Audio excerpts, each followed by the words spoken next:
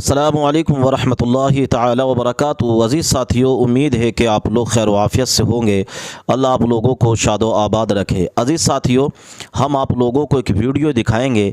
इस वीडियो को आप लोग ज़रूर सुनिएगा, मगर उससे पहले मैं आप लोगों के लिए दो चार बातें बताता हूँ। बहुत सारे हमारे भाई रिस्क को लेकर परेशान हैं कि कारोबार में बरकतें नहीं हो रही, पैसा कमाते हैं मगर उसमें बरकतें नहीं हो रही, उलझनें रहती हैं, दिक्कतें रहती हैं, कमाते हैं मगर बरकतें नहीं होती, पूरा ख़ानदान कमाते कमाते थक गया मगर घर में बरकतें नहीं हो रही। अजीज़ साथियों, मैं आप लोगों को पहले तो ये बताता हूँ कि जिस घर की औरतें फजर की नमाज के टाइम सोती रहें, उस घर के बारे में लिखा है कि उस घर के आदमी कमाते कमाते थक जाएंगे, उनकी कमरें टूट जाएंगी, मगर उनके मर्दों की कमाइयों में बरकतें नहीं होंगी। तो पहले तो ये कि घर में चाहे जवान हो, बूढ़े हों, मर्द हों, सारे उठ जाएं और सुबह उठकर अल्लाह का ज़िक्र करें और उससे रिस्क मांगें, माल की बरकतें मांगें। अल्लाह ताला जो है आपको बरकतें अता फरमाएगा। इसके अलावा मैं आपको एक बेहतरीन अमल बताता हूँ गरीबी दूर करने का। वो अमल यह है कि जुमे की नमाज के बाद, जुमे के दिन नमाज जुमा के बाद जो है 786 बार या अल्लाह पढ़कर अपने मकान या दुकान में रखने से माल और दौलत में बरकतें होती हैं।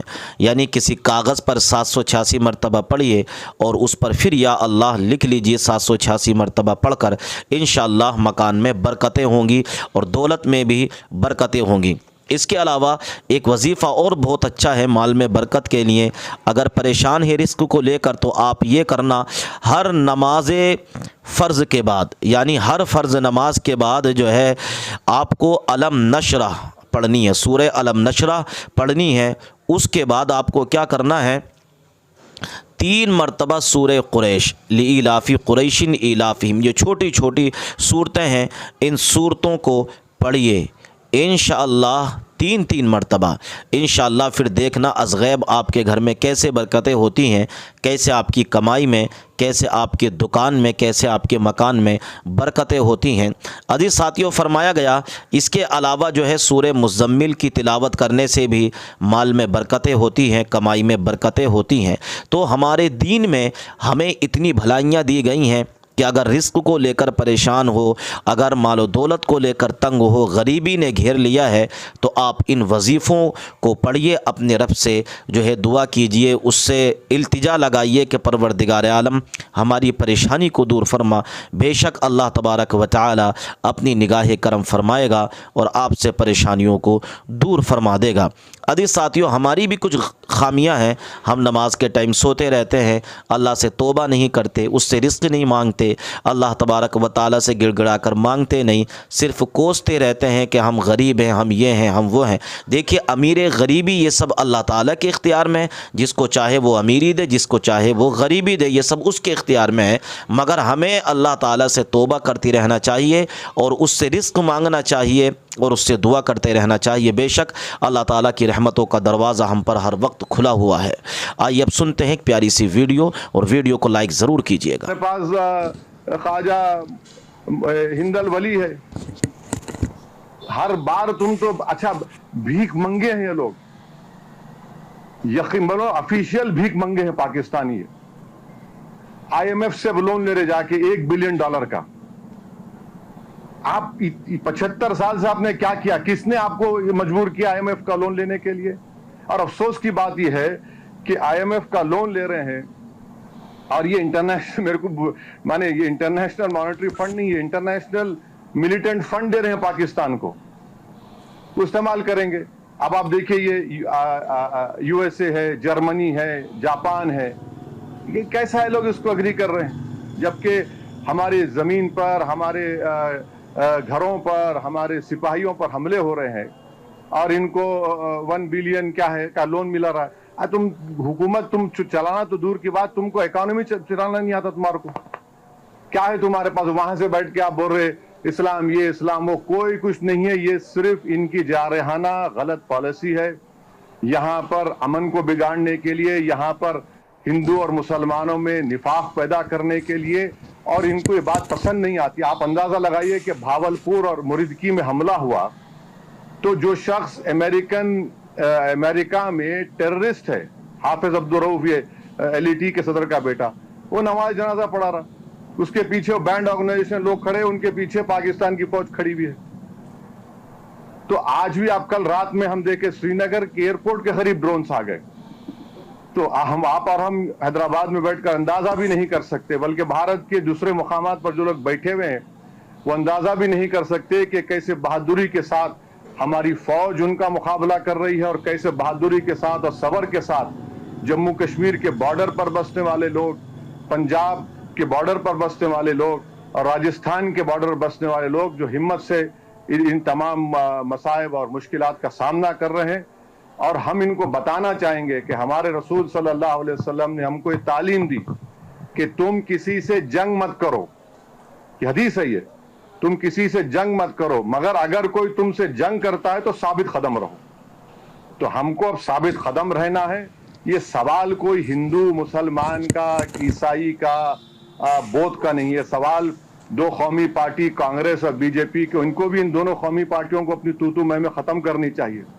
सवाल यह है कि हमको एक शीशा पी रही दीवार की तरह ऐसे मुल्क के खिलाफ खड़े होना है जो सारी दुनिया के लिए खतरा है भी, बल्कि कभी ना कभी किसी वक्त पे इस दुनिया को, इस दुनिया के जी असर लोगों को, उनके लीडर्स को तय करना पड़ेगा कि क्या इस मुल्क में न्यूक्लियर बम रखने की इजाजत दी जा सकती है।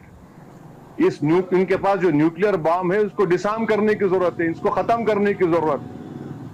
और बार बार आप बोल रहे, इन्हें कमीनगी की हद यह है कि श्रीनगर में दवाखानों को निशाना बनाया गया। और याद रखिए, वो जो पूंछ के मौलाना को जो इंतकाल हो गया, जो शहीद हो गए, उनको एक हिंदू MLC ने अपनी गाड़ी में बिठाकर अस्पताल पहुंचाया। अब ये और बात है कि हमारे गोदी मीडिया ने कह दिया कि अरे नहीं, वो मौलाना को, वो पाकिस्तान के वो फुला थे। तो हमको ये कोशिश करना है कि हम पूरे लोग ऐसे वक्त में अपने सियासी अख्तलाफात को से उठकर जब हम अपनी फौज के पीछे खड़े रहें और फौज बेबाकी से मुकाबला करे, और पाकिस्तान का झूठा प्रोपेगेंडा, ये गिरा दिए, वो गिरा दिए, इन्हों कुछ नहीं गिराते, इन्हों खुद इंशाल्लाह गिरेंगे, देखेंगे आप।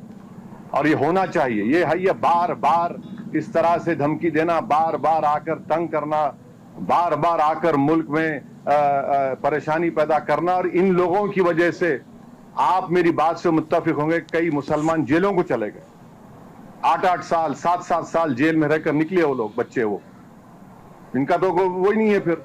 तो इसलिए मैं समझता हूं कि हम लोग मुत्तहद रहें, और जो लोग शरारत करना चाह रहे हैं, जो लोग खामखा ये नफरत पैदा करना चाह रहे हैं, वो भी बाज आएं। हमारी दोनों नेशनल पार्टी से अपील करते हैं कि आप अपनी तूतू में बाद में कर लो, पहले फौज के पीछे हमको खड़े रहना है। और ये जो बार बार मदाखलत पाकिस्तान की तरफ से की जा रही है, हमारी सरकार ने कह दिया कि हम अपने इंटेंट, बताओ मेरा बाप लौटा सकोगे, लिए सर पे सच की रिदा कह रही है। दिल को छू जाने वाली शायरी के लिए मुशायरा जंक्शन को सब्सक्राइब करें। 4 मिसरों से अपनी बात की शुरुआत करता हूं, जिन चीजों के लिए या तो बहुत बदनाम हूं या बहुत मशहूर हूं, कोशिश करता हूं कि उस सब से आपको रूबरू करवाऊं। 4 मिसरे पढ़ता हूं, दुआएं मांगता हूं आप सबसे। एक आवाज आई है अभी के कानून ने हाथ बांध रखे हैं, वरना न जाने कितनी गर्दनें काट दी जाती हैं। इससे एक बात तो साबित हो गई कि दुनिया कितना ही चिल्ला चिल्ला के कहे कि योग करने से दिमाग ठंडा रहता है, लेकिन यह बात सच साबित नहीं हुई, खुद ही बंदे ने झूठी साबित कर दी इस बात को। मैं 4 मिसरे पढ़ता हूं, मैं नाम नहीं लूंगा, नहीं आप जान जाएंगे कि मैं हरिद्वार वाले बाबा की बात कर रहा हूं। थोड़ा सा वॉल्यूम बढ़ाएं इसका। जो नफरत के सबब उठी थी वो ललकार किसकी थी, यहां से लेकर के वहां तक। जो नफरत के सबब उठी थी वो ललकार किसकी थी? जो नफरत के सबब उठी थी वो वाह वाह वाह। ललकार किसकी थी? हमारे खून को प्यासी थी वो तलवार किसकी थी? हमारे खून को प्यासी थी वो तलवार किसकी थी? हमारी गर्दने मत काटिए, बस ये बता दीजिए। यहां से वहां तक एक हाथ उठे। हमारी गर्दने मत काटिए, बस ये बता दीजिए। जिसे तुम पहन कर भागे थे वो सलवार किसकी थी? जिसे तुम पहन कर भागे थे वो सलवार किसकी? ये कैसी जंग है जिसमें खसारा ही खसारा है? ये कैसी जंग है जिसमें